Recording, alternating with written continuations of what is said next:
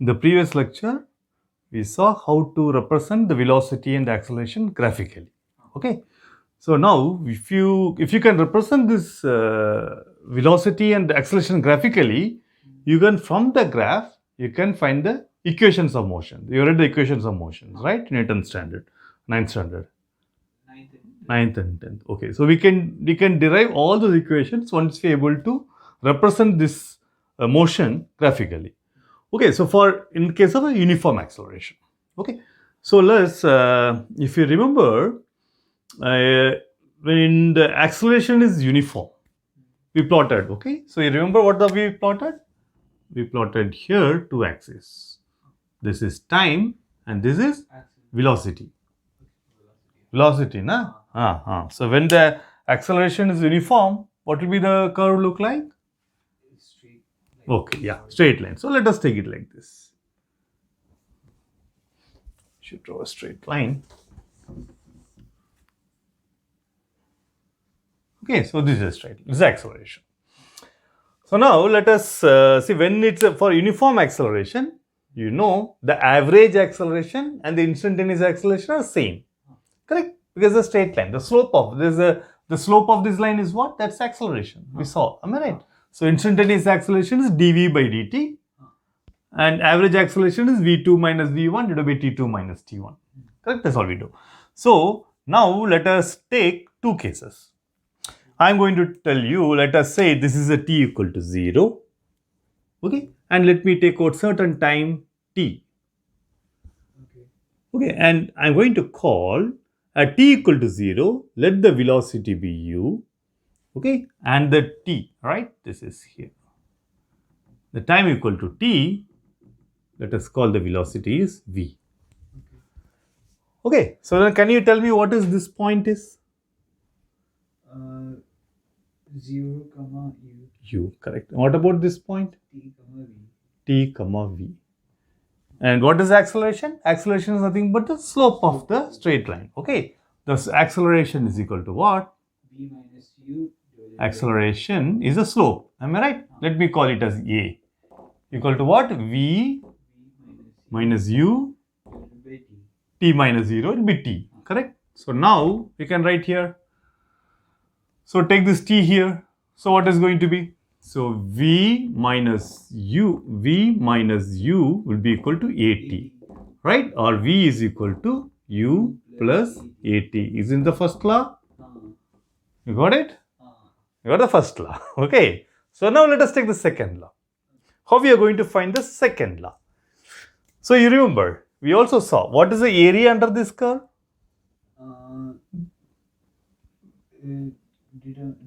What is that? If I take the area under this curve, what is that? That is the displacement. Correct, exactly. So what happened? So this is a displacement. Am I right? So let me take the area under the curve. So this area should be nothing but the displacement that we saw yesterday itself. Am I right? So let us calculate the area. So this is the area of a trapezium. Am I right? Because these are parallel lines. And this is the area of a trapezium is what? If you remember, area of a trapezium. What is the area of a trapezium? Suppose you have a trapezium like this. Let this be L1, L2, and let this be the height h. So area will be equal to what? You remember?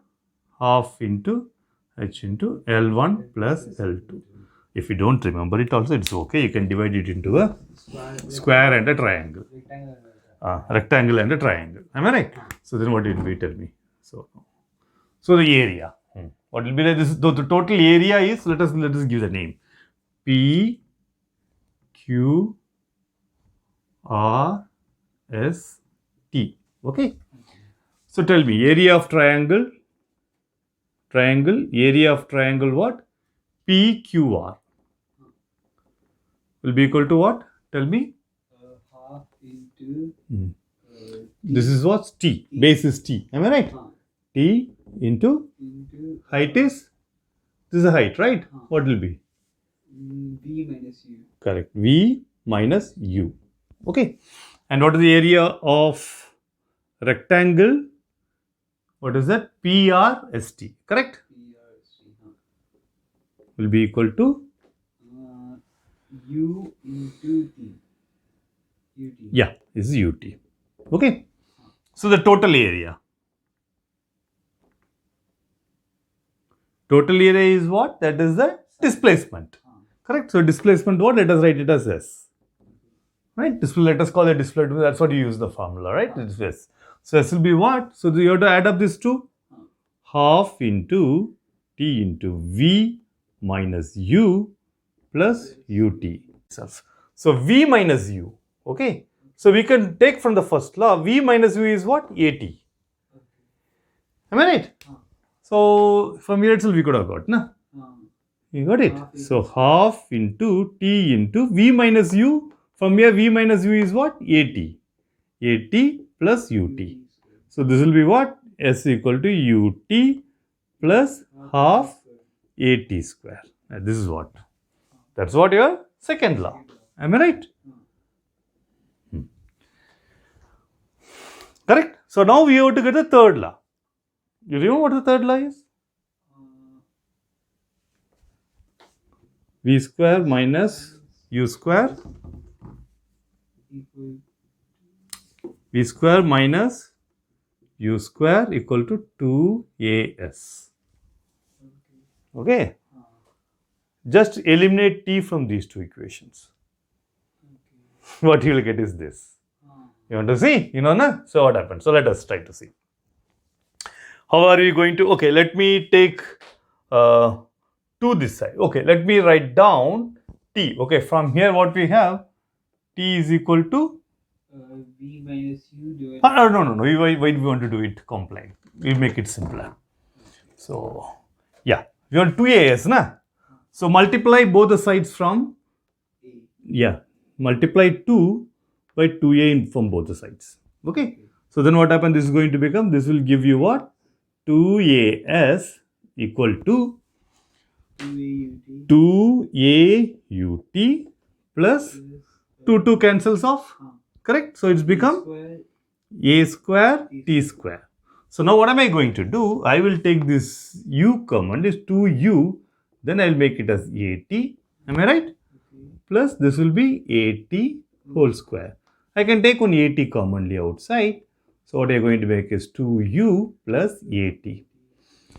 So, now we do, what will you have? So, 2AS will be equal to AT. What is AT? AT is V minus U. Correct? So, it will be what? V minus U plus 2 times U plus AT. AT is what? Tell me again. That is V minus U. Now tell me. 2U minus U is going to be V plus U. So, what happens? So, this is V minus U into V plus U. What is the formula? V square minus U square. Correct. So, V square minus U square. So, that's what your third law. V square minus square equal to third equation of motion. Sorry. 2AS. Okay. So, this is the equation number 3. You got it? In this way, you can, this is what, from graphically, you can get all the equations of motion. Okay. This is only the case, remember, when the acceleration is uniform. Then when you can write this average velocity and all, we can take and do it. Okay, because at the time only your average acceleration and instantaneous acceleration going to be same. Okay, for non-uniform acceleration, this won't be there. Okay, this is most of the cases, one of the important, very common case of acceleration is acceleration due to gravity. Correct, G, that is a uniform acceleration. Okay, so there won't be any problem. So, this is what we have, the equation of motions can be studied. Okay, and then, okay, so here it's something like that, initial velocity is low, U, and the final velocity is V. Okay, so there can be something like this. When I drop a stone, initial velocity is 0, and the final velocity is some U. You can find out the all the, using the equation of motion, you can find out the distance traveled, time taken, and everything you can do. Okay. For uniform acceleration, the distance traveled at the equal interval of time. Okay. For example, if you say, suppose you are dropping a ball from a tower.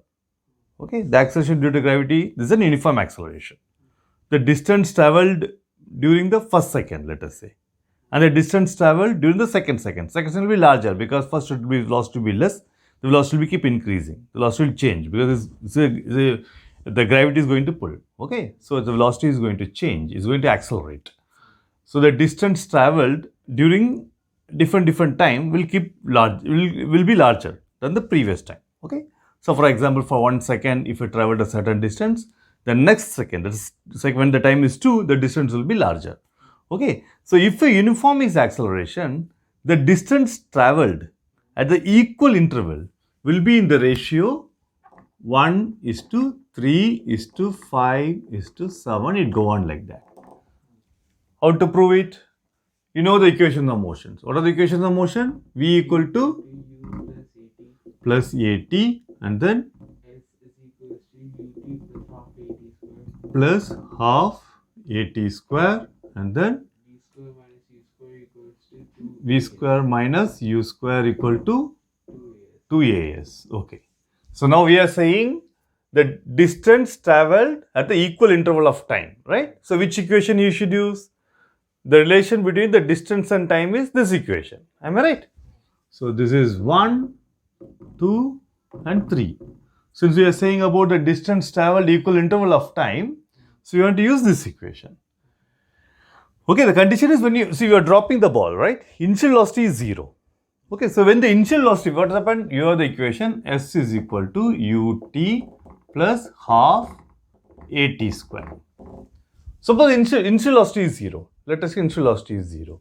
Then what happened? U will be equal to 0. Then this equation is going to become S is equal to half AT square. So let us take a time t0.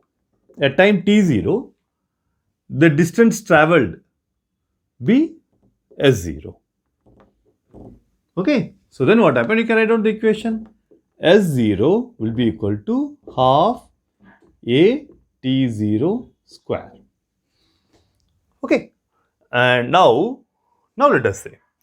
So let us take for the next time, right? Let us take the time for 2 times T0. Okay, so what you are doing, we are dropping the ball from here. Okay, we are getting this is the distance traveled S0 during the time T0. Now, so let me take one more T0. So this will be slightly longer. Okay, because it's getting accelerated. Am I right? So this is the distance during the another T0. Okay, so this distance, so this total distance will be S1 during a time T1, right? And what will be T1? We are taking this also T0. This also T0. T1 will be what? Tell me.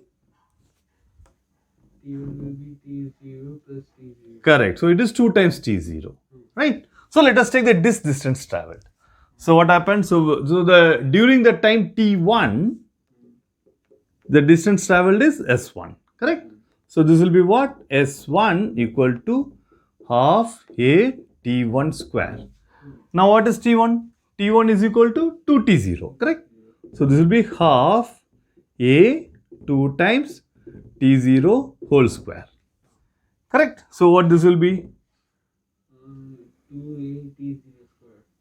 Yeah. So, correct. 2 together, so 2A T0 square. Okay, or don't take it like that. Let us take it like this. So let us keep this. So what are you getting? 4. 4 into half A T0 square. Correct? Half A T0 square is what? S0. Correct? So this will be what? 4 times S0. So the S1 is 4 times S0. Okay? So what you are saying, the distance traveled. So this is the total distance S1. So this distance traveled will be what? S1 minus S0. Correct. So this will be what? This is the distance traveled. So let us call that as what will be called. I should have called that one as S1. Let me call it as S1. S1 bar, something like that. Not bar means you have a vector. Am I right? So let it S1 star. Okay. Or I will call this one as S1 star. Okay. And let me call this as S1 star and this as S1. Okay. So therefore S1 will be equal to what? Total S1 star minus S0. Correct? So S1 star minus S0. So what is S1 star? 4S0 minus S0 will be equal to what? 3 times S0. You got the ratio? S0 3 times S0. Okay. So first one we got. So the distance traveled S1. So you can say from here, what happened? From here you can say S0 by S1 equal to 1 by 3. You got the first ratio? 1:3. So let us go for one more term. So now what you are going to do? So this we will write down here. So S0 by S1 equal to 1 by 3. So now take one more time T0. So I am going to let the ball to fall one more time T0. Now this will be a much longer distance. Am I right? And I am going to call this distance as S3. Okay, and the total distance from here, this will be what? S3 star. Let me write. So what is the time duration for this distance? Tell me. 3 times. Yeah, 3 times T0. Correct. So let us calculate. So when T2 equal to, sorry, T1, yeah. Okay, I should write T0. Let me call it as 2. Am I right? This is validity at 1, na? 2. 2. Okay. So when the time is T2, total time is T2, the distance will be S2 star. Correct? S2 star will be equal to half A T2 square. Now what is T2 square? Half A T2 is what? 3 times T0. Okay, whole square. So this is going to be 9 times half A T0 square. Now what is half A T0 square? That is S0. Correct? Okay, so this will be what? Let us take it out. So this will be S0. Okay, so 9 times S0. Okay. Fine. So now you tell me. So though this is what. So therefore, what happens? So S2. So the S2 will be what? S2 will be S2 star minus, you can say S1 star. Am I right? So let us take S1 star. We already have S1 star, right? What is S1 star? This is 4S0. Right? So this will be what? 9S0 minus 4S0. That will be equal to what? 5S0. Therefore, we can see S2 by S0 by S2 will be equal to 1 by 5. We got the ratio. So it keep on going, you can do that. Okay, so this is the way the distance traveled under uniform acceleration. When the initial velocity is 0, the distance traveled will be the distance traveled during the equal interval of time will follow the ratio 1:3:5:7 like that. Okay, odd number it go. Okay. Yeah. Now we will see relative velocity. Relative velocity is a very important, I wouldn't say important. In fact, whatever you see, whatever the motion you see, they all are relative. Why it's relative? So I am standing here. Am I moving or I am at rest? I am at rest. How do you say I am at rest? Because I am on the earth and the earth is spinning. Of course, I am moving along the earth. Okay, but do you see me moving? No. Why you are not seeing me? Because yes, of course, with respect to you, you are seeing I am also at rest. But suppose someone is on the moon and if they are seeing me, will they see me as a rest? No, I will be moving because earth is spinning. Okay. So what happens? So whether I see an object moving or rest or getting accelerated, whatever, it all depends upon with respect to me, the person. These are relative to me. I can't say that someone is absolute. Okay, this absolute is a law. Absoluteness. Absolute means something is moving at a certain speed. I can't tell that speed. It won't be same for everywhere. Okay, so then it depends upon with respect to whom it is moving. Okay, for example, if suppose a car is moving, if a car is moving at say something around 40 km per hour, If I standing in the road, I will see the car suddenly passed me by 40 km per hour. And there's another car following it at the same speed of 40 km per hour. To that car, what will the car motion, what will be velocity of that car? Zero. It will be rest. The car will see the car is standing there only, both are same distance. Okay. So then what happened? So the car, the velocity of the car with respect to another car is rest. But the same car for me is moving at a 40 km per second. Okay, if another car is following at a 10 km per second, so then that car will not be what? Will it see us again 40 km per second? That will see slightly slower. Okay, because then you have to minus it. So 30 km per second, per hour, sorry, 30 km per hour. So that is the speed the car goes on. So everything in the universe, everything, velocity, everything moves with the when I say velocity, the velocity will be always with respect to what? Okay, so this speed is with respect to some object. So something is moving.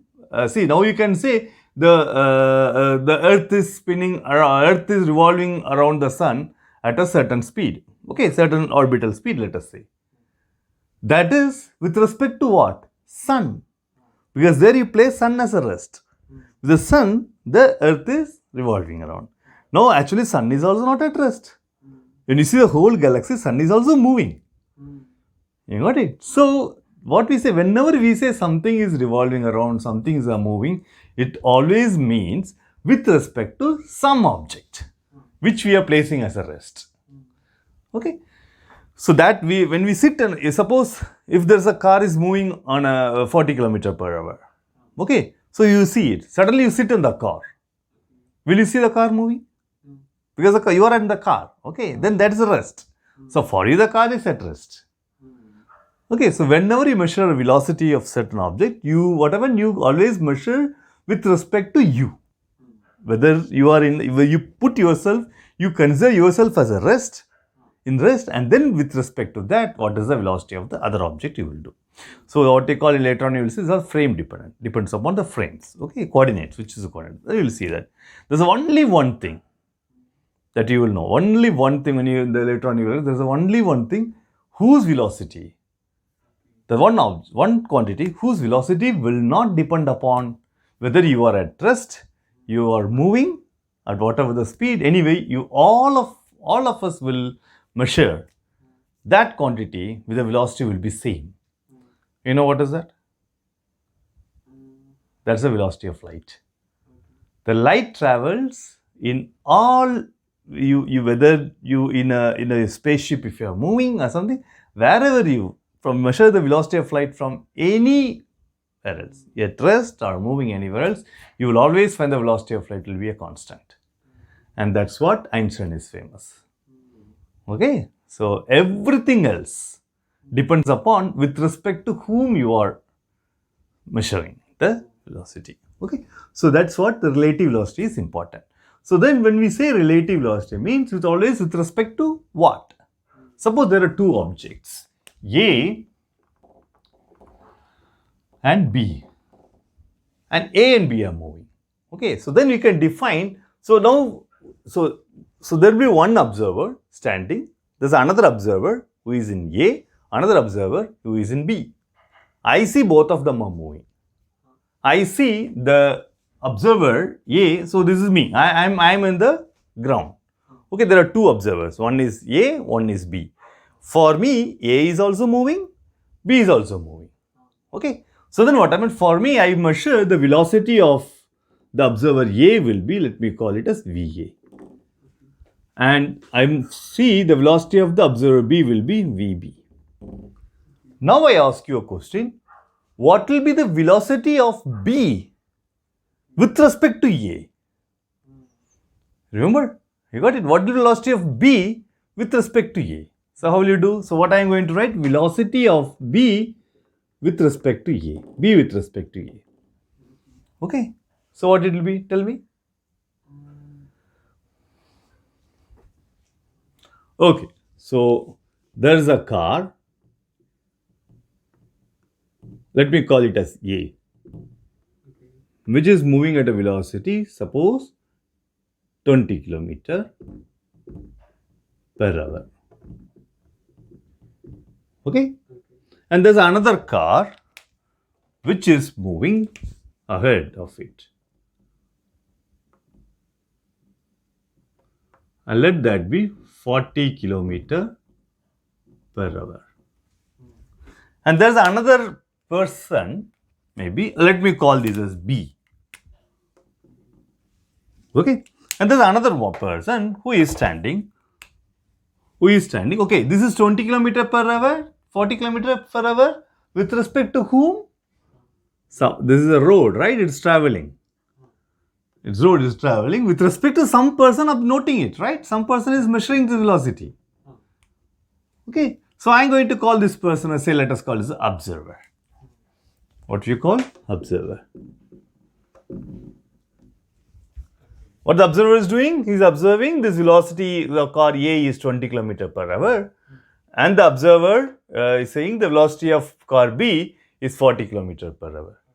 Now you are asking, there is a driver here in the car, and here is also one more driver in the car. Okay, so now you are asking, so this driver doesn't see anything else. He sees only the car, no road, nothing. You ask the driver, what is the speed of this car? What will he say? Tell me. 20 km per hour. Why? 40 minus 20. So this driver will say, this car is moving at a speed 20 km per hour. Okay, whereas the observer says, this car is moving at a velocity 40 km per hour. It's the same car, same motion. It depends upon how you are measuring. Okay, so similarly, if you ask this driver, what he says, what he asks, what is the velocity of this car? What he will say? Correct, minus 20 km per hour. I mean, say he says that car is moving away from me, the opposite direction, at a 20 km per hour. Correct? So this is negative axis, na? This is the positive direction. Okay, so then what happened? So these all are basically relative. So now I am going to remove these numbers and I will say this.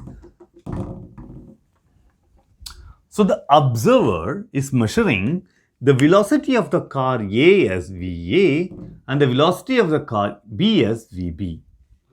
Now, what will be the velocity of car B with respect to this observer, the driver in the A?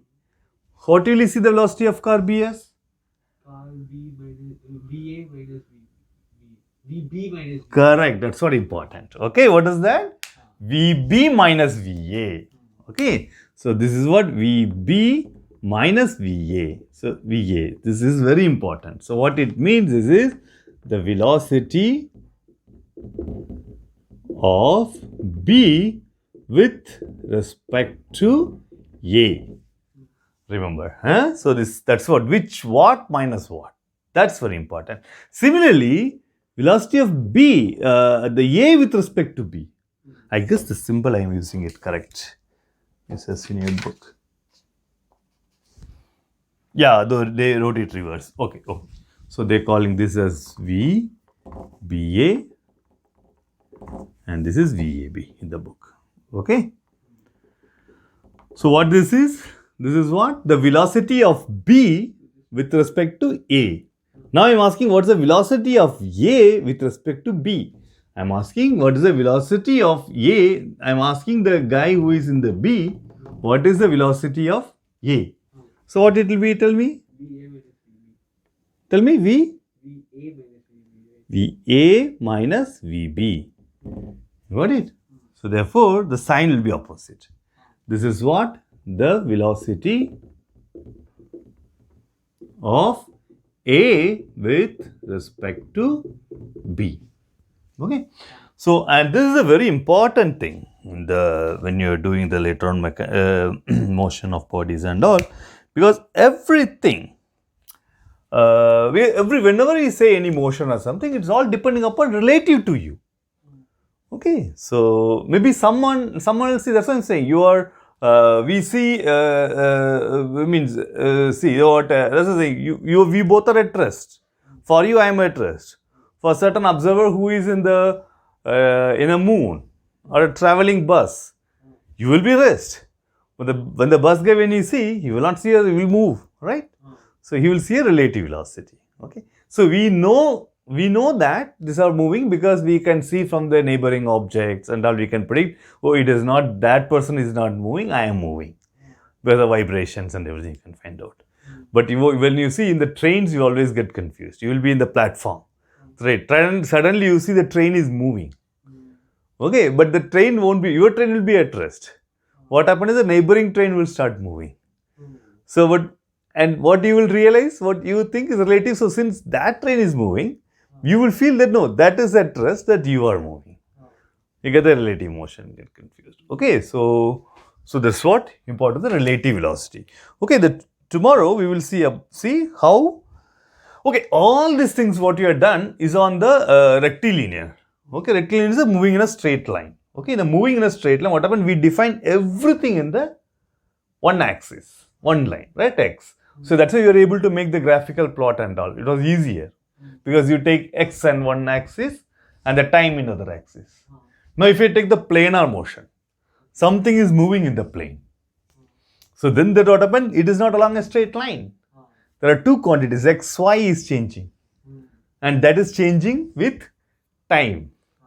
Correct? So now I can't make that plot. What's the plot? Here the plot x at one axis and time the other axis.